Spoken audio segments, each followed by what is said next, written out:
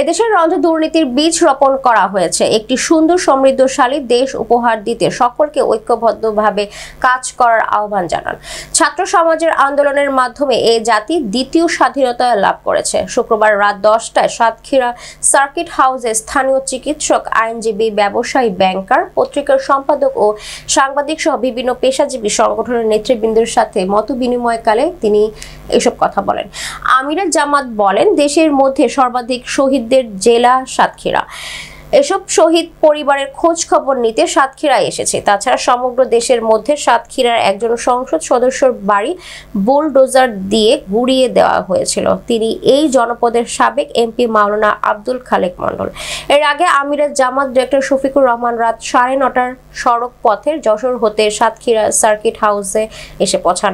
এ সময় নেতাকর্মীরা তাকে ফুল দিয়ে বরণ করে নেন।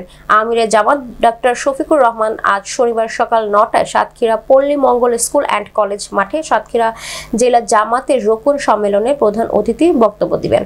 পরে তিনি বেলা 2টায় সাতক্ষীরা সরকারি উচ্চ বিদ্যালয় মাঠে জেলা জামাতের কর্মী সম্মেলনে প্রধান অতিথির বক্তব্য রাখবেন। এ সময় কেন্দ্রীয় নির্বাহী পরিষদ সদস্য মোবারক হোসেন, অধ্যক্ষ মোহাম্মদ ইজ্জত উল্লাহ, কেন্দ্রীয় সাংগঠনিক সম্পাদক মুহাদ্দিস আব্দুল খালেক, কেন্দ্রীয় কর্ম পরিষদ সদস্য মাওলানা আবুল কালাম আজাদ প্রমুখ।